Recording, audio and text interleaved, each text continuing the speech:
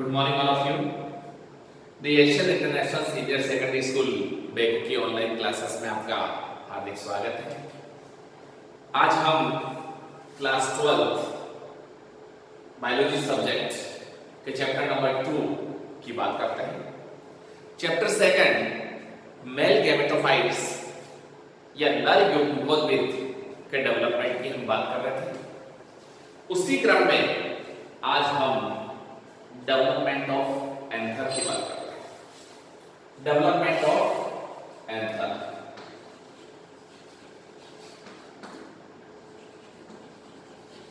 Development of anther यानी परागकोश का विकास। परागकोश का विकास।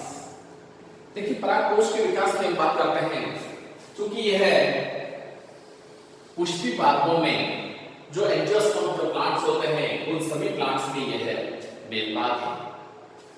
यह उसके मेल गैमेटोफाइट्स की बात कर रहे हैं, नर भाग की बात कर रहे हैं। तो किस प्रकार से इसका विकास होता है उसकी बात करते हैं।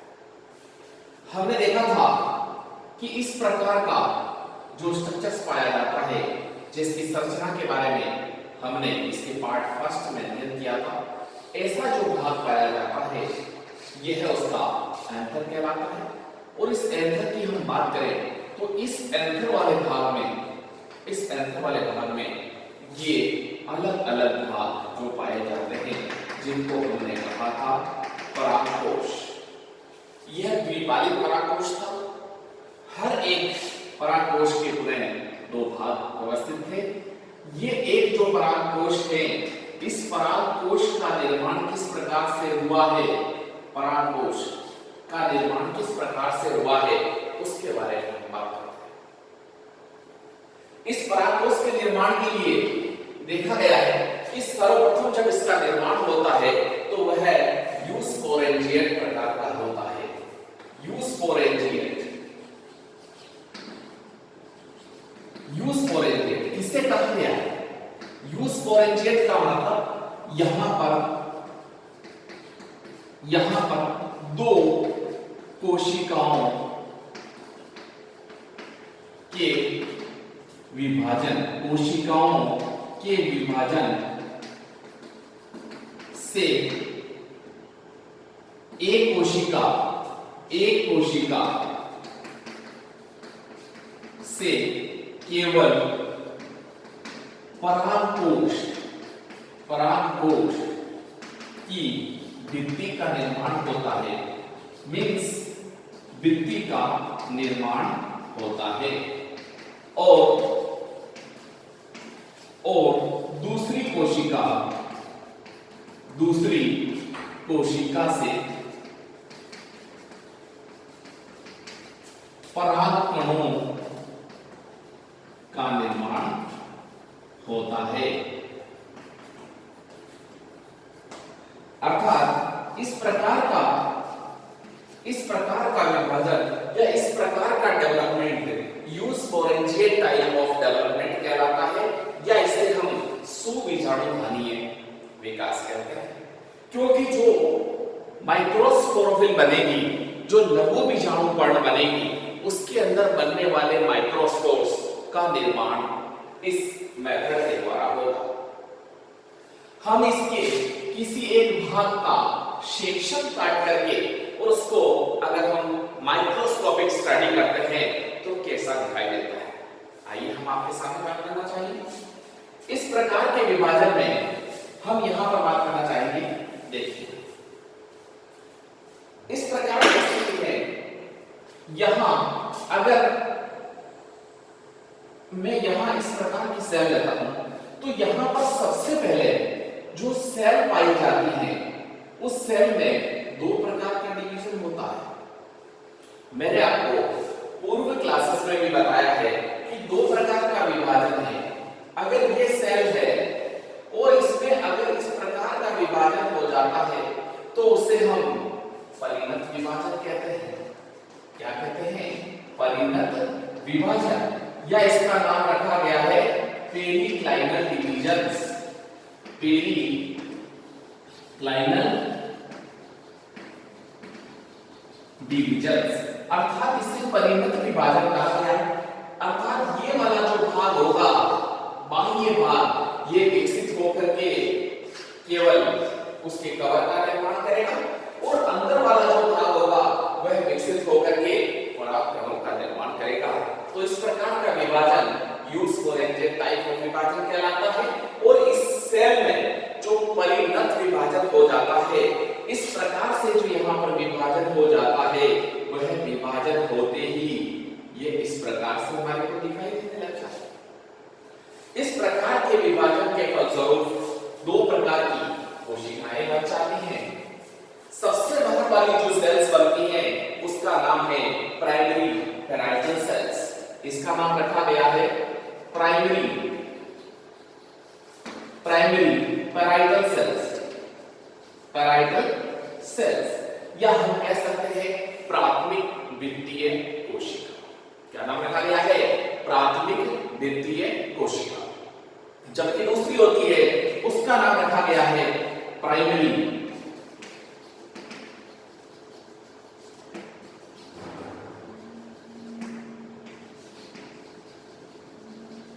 Sporogenous cell. दूसरे का नाम रखा गया है प्राइमरी स्पोरोजीनस सेल। तो दो प्रकार की सेल्स आ गई, प्राइमरी पैराइटल सेल्स बाहर वाली और दूसरी वाली प्राइमरी स्पोरोजीनस सेल। हम यहां पर बात करना चाहेंगे कि प्राइमरी पैराइटल सेल्स किस प्रकार से विभाजित होती हैं। अब हम यहां पर एक डिस्क्राइब करके आपको बताते हैं कि कैसे प्राइमरी पैराइटल सेल्स का डिवीजन होता है।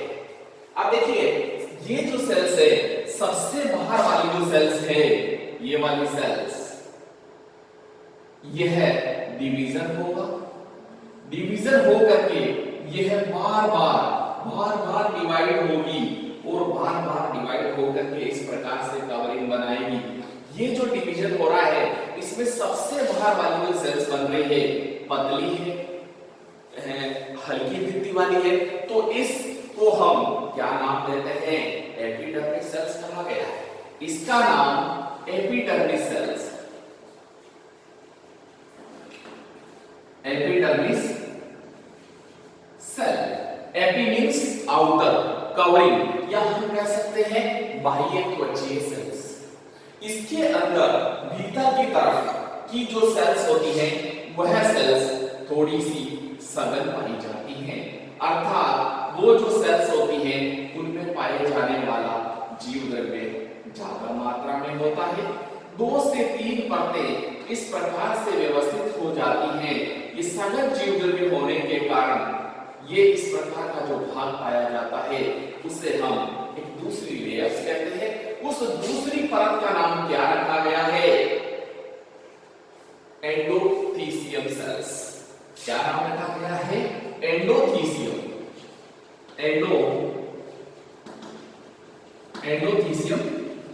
सेल्स।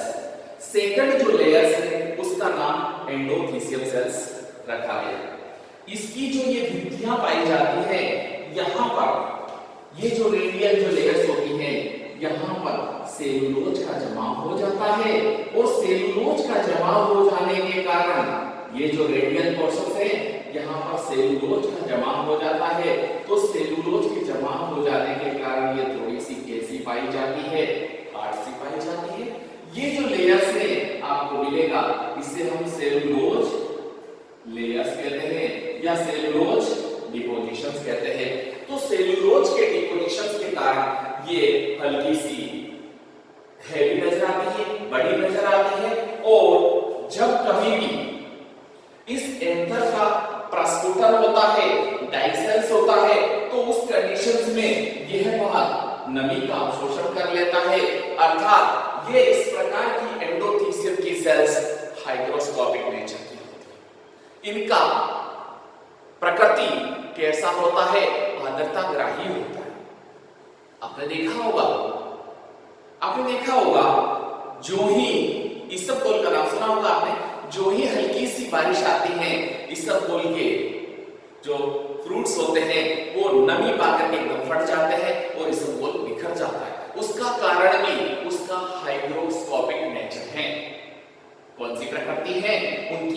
आर्द्रताग्राही प्रकृति। तो ये आर्द्रताग्राही प्रकृति होने का कारण सेल्यूलोज की उपस्थिति है जो इस एंडोथीसियम सेल्स में पाई जाती है। इसके बाद तीसरी जो स्तर आती है वो आती है हमारी मिडिल लेयर्स। मैं इसको रख कर रहा हूं, आप देखते जाइए और बहुत अच्छी तरह से माइन्यूटली आप समझिए इसको। तीसरी जो परत आती है हमारे पास आती है मिडिल लेयर्स। ये मिडिल लेयर्स जो है इसकी छोटी छोटी सेल्स की 2 से 3 परतें मिलेगी, लेकिन इनकी सबसे बड़ी विशेषता है कि यह हल्की होगी। हल्की का मतलब समझे, इनकी जो वाल पाई जाएगी बहुत हल्की होगी, अर्थात ये जो एंडोथीसियम्स है, सॉरी ये जो मिडिल लेयर्स है ये बहुत पतली, अच्छा बहुत कम समय तक रहती है, अल्पकालिक होती है, थोड़े समय के लिए पाई जाती है। तो यह कहलाती है हमारी मिडिल लेयर्स। 1 से 3 लेयर्स तक यहां पर पाई जाती है। ये शॉर्ट पीरियड होती है, कुछ समय के लिए ही यह जीवित पाई जाती है। और इसके नीचे सबसे लास्ट चौथी जो लेयर्स आ जाती है जिसे हम सबसे विकसित लेयर्स कह सकते हैं, और वह उच्च जीवद्रव्य युक्त इस प्रकार की सेल्स की बनी हुई पाई जाती है, जिसे हम क्या कहते हैं, टेपिटम कहते हैं। अर्थात ये चौथा जो भाग है वो कहलाता है टेपिटम। ये इसका नाम रखा गया है पोषूतक। क्या नाम रखा गया है? पोषूतक। पोष नाम से ही स्पष्ट है कि इसकी पाई जाने वाली जो सेल्स हैं, जो ऊतक की जो कोशिकाएं हैं, वो इसके नीचे विकसित होने वाले किसको, परागकणों को क्या प्रदान करती है, न्यूट्रिशंस प्रोवाइड करवाती है। अर्थात यह पोषूतक की जो कोशिकाएं हैं ये अति विकसित प्रकार की कोशिकाएं पाई जाती हैं। यह अनेक केंद्र युक्त होती है, मल्टी न्यूक्लिएट पाई जाती है, इनका आकार बड़ा होता है। इसके साथ ही साथ इन की आकृति के आधार पर ये टेपिटम सेल्स 2 प्रकार की होती है। एक होता है अमीबीय, अमीबोइडल, अमीबीय पोषूतक, और दूसरा पाया जाता है हमारा ग्लैंडुलर, या जिसे हम कहते हैं स्त्रावी पोषूतक। क्या पाया जाता है? स्त्रावी पोषूतक। ये इस प्रकार का ऊतक की कोशिकाएं यहाँ पर इनके आकार के आधार पर इस भाग में पाई जाती हैं, जिसे हम स्त्रावी पोषूतक कहते हैं। तो ये 2 प्रकार का हमने देखा। इसके अलावा ये जो सेल्स होती है इसके भीतर, इनके भीतर क्या होता है कि यहाँ पर इस प्रकार की एक बॉडीज पाई जाती हैं जो फैट बॉडीज होती है। कौन सी बॉडीज पाई जाती हैं? Fat body. अर्थात ये जो सेल्स होती हैं इसके अंदर इस प्रकार की फैट बॉडी, वसा के पिंड के रूप में इस प्रकार की आकृति पाई जाती है, जिसे हम प्रोयूबिश बॉडीज कहते हैं। प्रोयूबिश, उनका नाम क्या रखा गया है? प्रोयूबिश बॉडीज। अर्थात ये जो टेपिटम की जो सेल्स है इसके भीतर पोषक पदार्थ है जो किस फॉर्म में है? फैट के फॉर्म में है।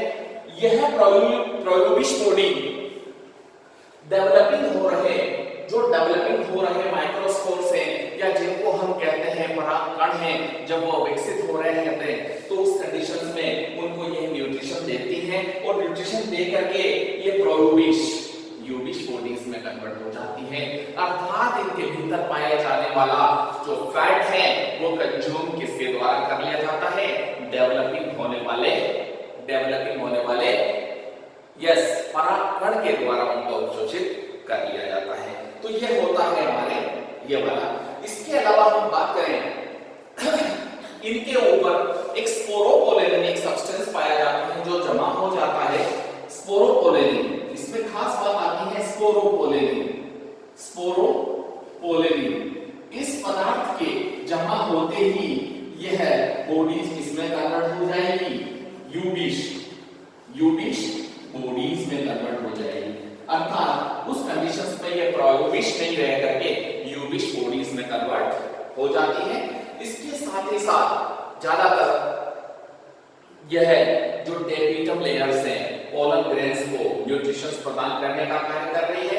इसके साथ ही साथ कभी कभी ये देखा गया है कि अगर डेवलपिंग होने वाली स्थिति में ये वाला जो टेपिटम वाला पोर्शन है प्री मैच्योर हो जाए, अर्थात ये खत्म हो जाए, फासित हो जाए या अनडेवलप रह जाए, तो इनके द्वारा न्यूट्रिशंस यहाँ पर डेवलपिंग होने वाले पोलन ग्रेन्स को नहीं मिल पाएगा, और नहीं मिल पाएगा तो ये डेवलपिंग होने वाले जो पोलन ग्रेन्स होंगे वो कैसे पाए जाएंगे?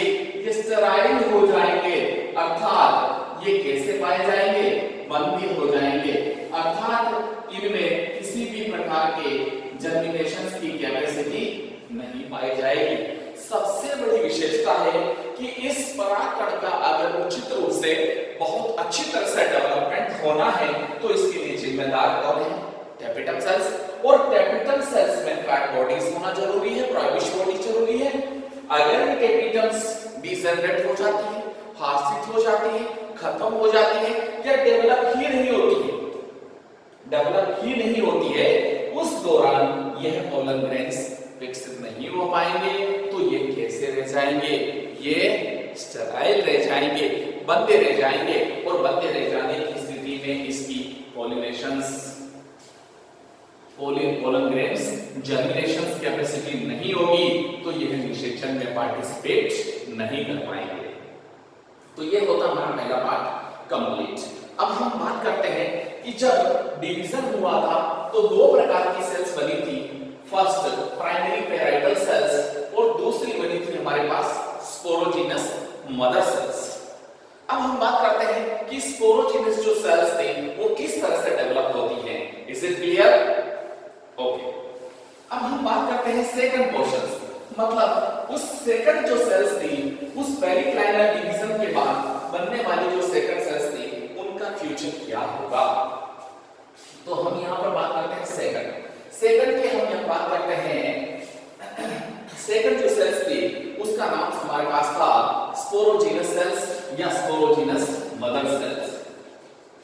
Sporogenous mother cell. हम यहां पर बात करना चाहेंगे सेकंड सेल्स का, उसका क्या फ्यूचर होगा, किस तरह से वो डेवलपमेंट होगा। हम यहां पर बात करेंगे जब कवर का फॉर्मेशन हो गया, कवरिंग का हो गया, तो उसके भीतर क्या हो रहा है? स्पोरोजिनस सेल्स है, और इस स्पोरोजिनस सेल्स में क्या हो रहा है? डिवीजन हो रहा है। इसमें जब डिवीजन हो रहा है तो उस कंडीशंस में क्या हो रहा है? स्पोर्स बन रहे हैं, मतलब पोलन ग्रेन्स बन रहे हैं। तो इसमें डिवीजन हो रहा है। कौन सा डिवीजन हो रहा है? मियोसिस हो रहा है, और मियोसिस होते ही क्या बना? माइक्रोस्पोर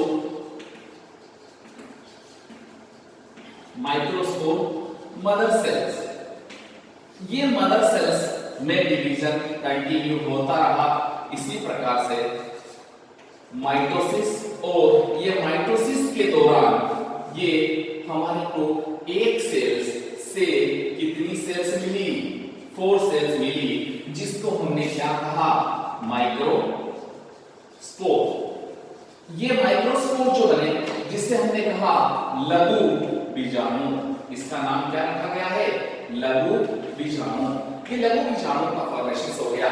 तो इस स्पोरोजिनस मदर सेल्स से माइक्रोस्पोर मदर सेल्स से होते हुए माइक्रोस्पोर के फॉर्मेशन का जो प्रोसेस है उससे हम स्पोरो या हम कह सकते हैं उसे माइक्रोस्पोरोजेनेसिस, उसका नाम क्या रखा गया है?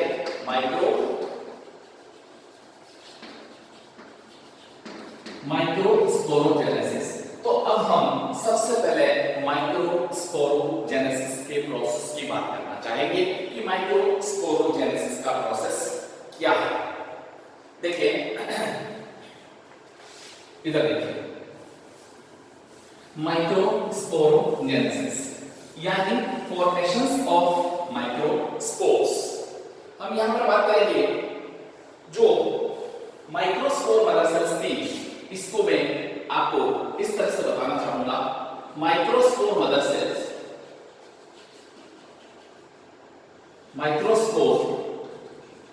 जो मदर सेल्स थी उसमें वो क्या थी, सबसे पहले तो वो देखिए वो 2n थी, कैसी 2n अर्थात द्विगुणित थी, अर्थात नंबर ऑफ क्रोमोसोम्स डबल थे। उसमें क्या हुआ कि उसमें मियोसिस हुआ, उसमें अर्धसूत्री विभाजन हुआ। कौन सा विभाजन हुआ? अर्धसूत्री विभाजन। इस अर्धसूत्री विभाजन से वह किसमें बदली, अर्थात वो माइक्रोस्पोर से क्या हम प्राइमरी स्पोरोजिनस सेल्स कह सकते हैं, उसका नाम क्या रखेंगे? Primary sporogenous cell. ये प्राइमरी स्पोरोजिनस सेल्स जो बनी है उसमें क्रोमोसोम की संख्या क्या रह गई है? आधी रह गई। अब ये जो आधी रह गई मतलब क्रोमोसोम्स आधे रह गए हैं, अर्थात क्रोमोसोम्स की संख्या आधी हो गई है, तो इसको हम 2n नाम लेकर के क्या लिख सकते हैं? n नंबर ऑफ लिख सकते हैं। प्राइमरी स्पोरोजिनस सेल्स जो बनी है उसका नाम हम क्या लिख सकते हैं? n number of chromosomes. मतलब इसमें क्रोमोसोम्स इस माइक्रोस्पोर मदर सेल से क्या रह गए हैं? आधे रह गए। आधे रहने के फलस्वरूप हम ये बात करते हैं कि यह डेवलप हो रही है, तो उस कंडीशंस में इससे हमारे को 4 सेल्स का एक ग्रुप मिलता है जिसे हम टेट्राड कहते हैं। क्या कहते हैं? टेट्राड। टेट्राड का मतलब चतुष्क। ये चतुष्क मिला, अर्धसूत्री विभाजन के फलस्वरूप हमारे को टेट्राड मिला। ये टेट्राड में कितने 4 क्या है? कोलन ग्रेन है, अर्थात 4 कोलन ग्रेन्स का एक समूह हमारे को दिखाई देता है जिससे हम क्या कह सकते हैं? टेट्राड कहते हैं। तो माइक्रोस्कोप मदर सेल्स के मियोसिस के फलस्वरूप प्राइमरी स्पोरोजिनस सेल्स का फॉर्मेशन होना, जो कि 4-4 के ग्रुप के रूप में हमारे को दिखाई देता है। हर एक इसका सदस्य मेंबर कोलन ग्रेन्स कहलाता है।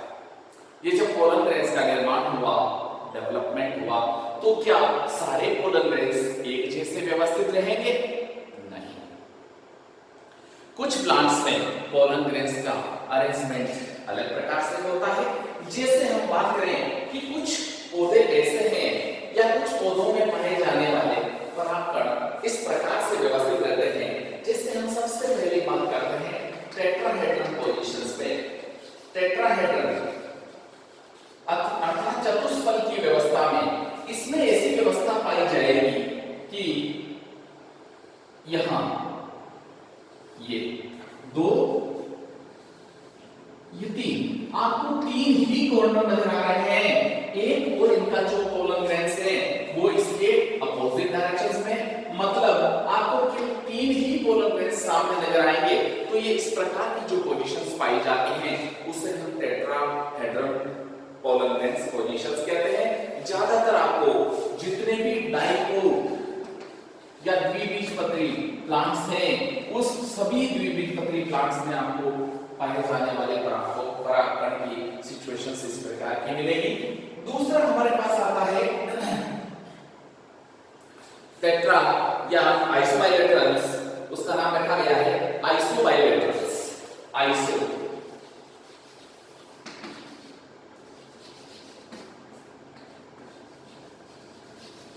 समद्विपार्श्विक।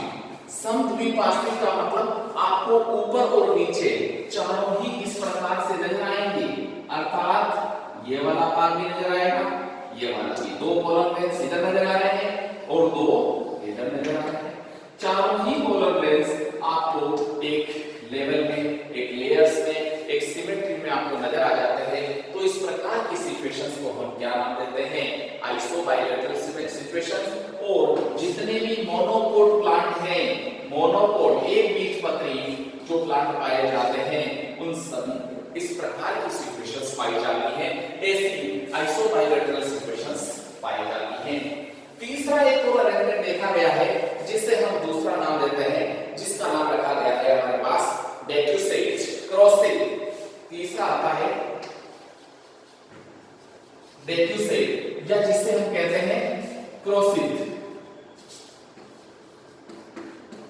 क्रॉसिंग मतलब क्रॉस के फॉर्म में इस प्रकार से नजर आ रहा है। देखिए हम बात करना चाहेंगे तीसरे में, तीसरे वाली जो सिचुएशन है उसमें ऐसा लगेगा, एक आपको ये नजर आ रहा है कॉलम रेंज, दूसरा ये नजर आ रहा है और तीसरा आपको ये नजर आ रहा है। अब आपको कहोगे सर ये तो हमारे को पहले वाले जैसा ही है।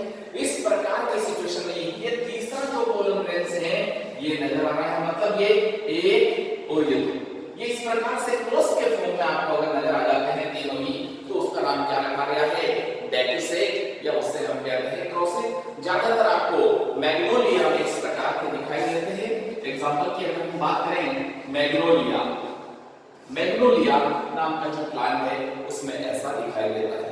इसके बाद आता है टी शेप, चौथा अरेंजमेंट आता है हमारे पास टी शेप, टी के आकार का। अब टी शेप में हम कैसे कह सकते हैं कि टी शेप में कैसा होगा, टी शेप में आपको दो कॉलम रेंज तो इस तरह से अरेंज होंगे, ये ऊपर वाला टी का वाला ये वाला पोर्शन और दो जो नीचे ये वाला तो ऐसा नजर आ रहा है और बाकी जो पोर्शन नजर आएगा आपको ऐसा नजर आएगा। तो हो गया कैसा, ये टी शेप हो गया।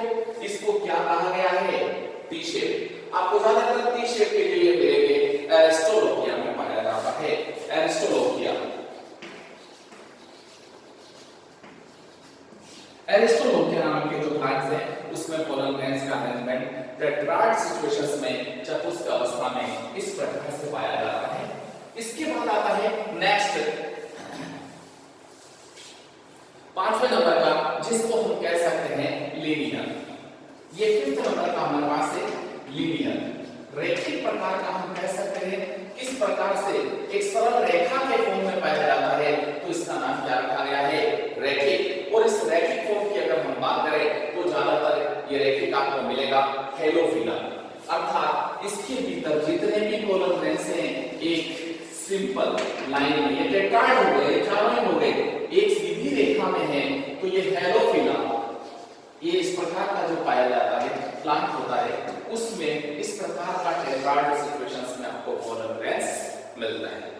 तो ये होता है हमारा कंप्लीट। एक सबसे खास बात ये बताना चाहूंगा कि जब कॉलम रेंज का डेवलपमेंट हो चुका है तो उस कंडीशंस में ये कॉलम रेंज एक दूसरे के साथ जुड़े हुए रहते हैं। जैसे अभी हम लीनियर की बात कर रहे हैं, ये जुड़े हुए हैं, ये जुड़े हुए होने का कारण क्या है, इनके इस वाले भाग में यह विशेष प्रकार का सब्सटेंस पाया जाता है।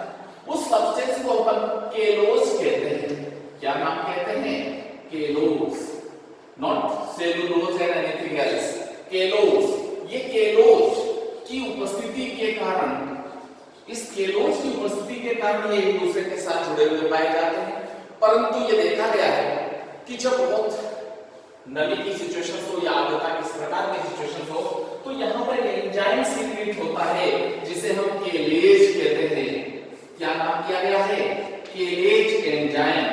ये केलेज जो एंजाइम होता है ये एंजाइम भी क्या कर लेता है, ये एंजाइम इस केलोज को डिसॉल्व कर देता है।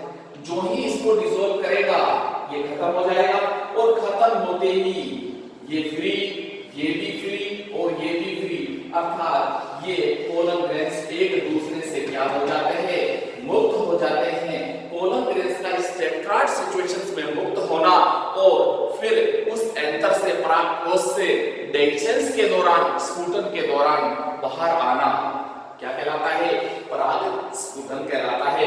तो ये इस प्रकार की बातें हमने यहां पर पढ़ी। अब हम बात करें कि कभी-कभी कुछ इस प्रकार की सिचुएशंस देखी गई है, कुछ पौधों में देखा गया है कि ये इस प्रकार का उनमें पृथक्करण नहीं होता है, अर्थात ये केलोज बहुत ज्यादा मात्रा में हो। तो कुछ में एक विशेष प्रकार की सिचुएशंस भी पाई जाती है कि परागकण किस तरह से एक दूसरे के साथ जुड़े हुए पाए जाते हैं। जैसे हमने कैलाट्रोपिस प्रोसेरा की बात की है, आग की हमने बात की है, तो उनमें क्या होता है कि परागकण इस तरह से नहीं होकर के एक पिंड के फॉर्म में पाए जाते हैं, एक पिंड के फॉर्म में पाए जाते हैं। तो पिंड के फॉर्म में क्या होता है कि ये हटते नहीं, बल्कि ये इस तरह से ये परागकण हैं एक दूसरे के साथ जुड़े हुए हैं और इनके चारों तरफ एक कवरिंग कवरिंग पाई जाती है। इस कवरिंग की उपस्थिति होने के कारण ये अनेक परागकण एक दूसरे के साथ जुड़े हुए इस तरह से पिंड के फॉर्म में पाए जाते हैं। इस प्रकार की सिचुएशन को हम पॉलीस्पोरी कहते हैं। क्या कहते हैं? पॉलीस्पोरी या अनेक, या इसका नाम रखा गया है बहुबीजाणुता। इसे क्या नाम दिया गया है? बहुबीजाणुता। इसका नाम है बहुबीजाणुता, अर्थात अनेक परागकणों का एक समूह के रूप में पाया जाना। और ये इस प्रकार का एग्जांपल्स आपको मिलेगा केलोट्रोपिस प्रोसेरा में। केलोट्रोपिस प्रोसेरा आप जानते हैं, जिसे हम आंख कहते हैं, आंकड़ा कहते हैं, तो उसमें पाए जाने वाले परागकण में इस प्रकार की सिचुएशंस पाई जाती हैं। तो ये होता है हमारा लेसन का जो है topic, development of anchor. And किस किस प्रकार के सेल्स का डेवलपमेंट होता है, कैसे होता है, और डेवलपमेंट के फलस्वरूप किस प्रकार से पोलन ग्रेन्स का निर्माण होता है, ये हमने देखा है। आप बहुत अच्छी तरह से इसको समझ रहे होंगे। इसी के साथ बहुत बहुत धन्यवाद।